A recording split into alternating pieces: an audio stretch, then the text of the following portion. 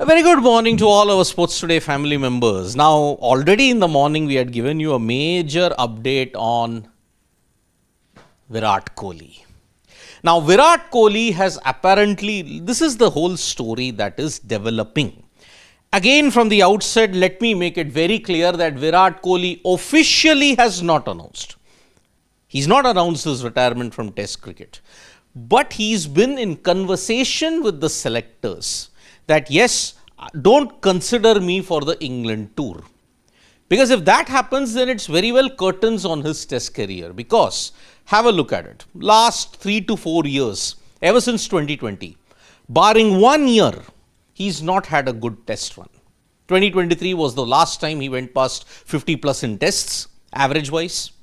On the other hand, ever since he hit 254 against South Africa in 2019, he reached a peak average of 55. Now his average is 46, nearly 10 points down.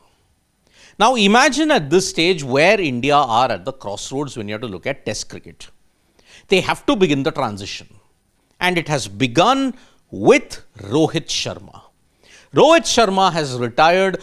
Virat Kohli has also not been in great form. Now, Rohit had a slump in the last 6 months. Until the beginning of 2024, the first half of 2024, he was fantastic. But after that, he had such a horrendous slump that you just couldn't come back from that. Virat Kohli, on the other hand, he's had a lean run for 4 out of the 5 years.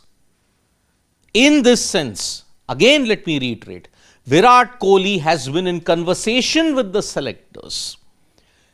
Virat Kohli has stated that, okay, the top officials are stating, please don't retire, reconsider your decision. But Virat hasn't responded to that.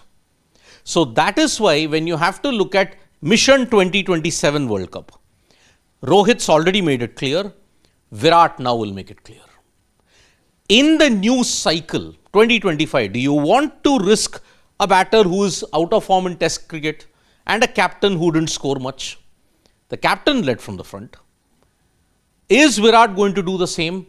We don't know. Honestly, at this point, we don't know. If he's picked for the England tour, it won't be a surprise. If he's dropped from the England tour and his Test career is over, it isn't a surprise. Because you have to understand one thing, Virat, whatever he has done, his Test form in the last 4 to 5 years has not been that good. From the high standards that he really has made. He's averaged in excess of 50 on most occasions, but the law of averages has caught up with him. Now, as far as IPL is concerned, there is a delay of 1 week. The IPL has been delayed by 1 week. If the situation between India and Pakistan de-escalates in the wake of Operation Sindoor, then they might want to resume the tournament. But on the other hand, looking at the way how the situation is, it doesn't seem to be de-escalating. IPL has actually had 2 contingency plans. One, either hold the tournament in East or South India entirely. They'll work out the logistics accordingly in that sense.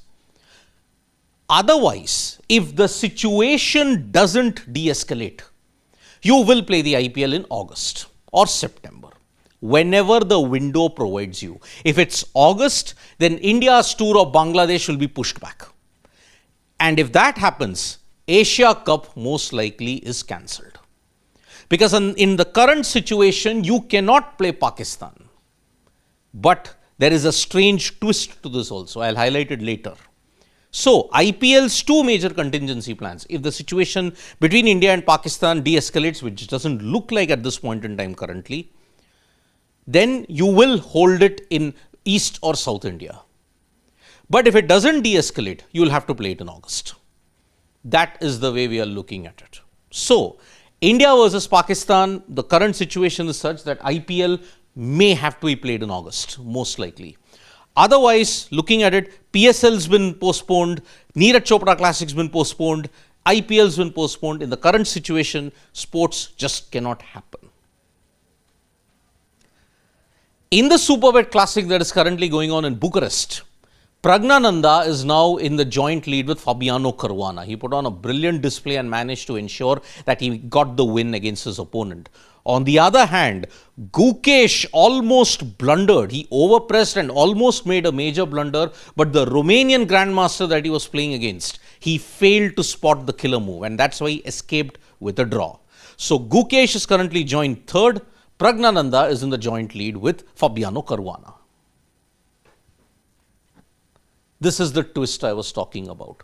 Now, there is the Asian Beach Handball tournament that is going on in Muscat. India versus Pakistan has happened.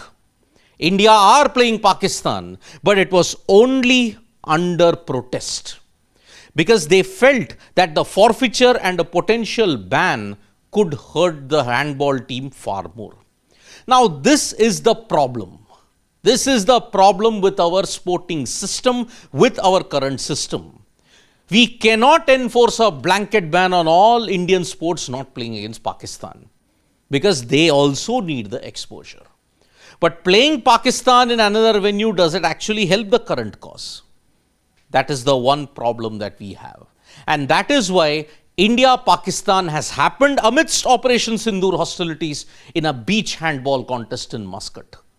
And this is truly a big problem. At a time like this, you cannot have sporting ties with Pakistan of any kind. But there are bigger repercussions because beach handball in India is not that great. So the players risk either a ban, fine or a forfeiture. And we all know the state of other sports in India. It's just not up to the mark. So, plenty of sporting action even today, although there may not be any cricket on the field, there is plenty of action off the field also. So, thank you so much folks for joining us for this video. Subscribe to Sports Today for all the latest news and analysis.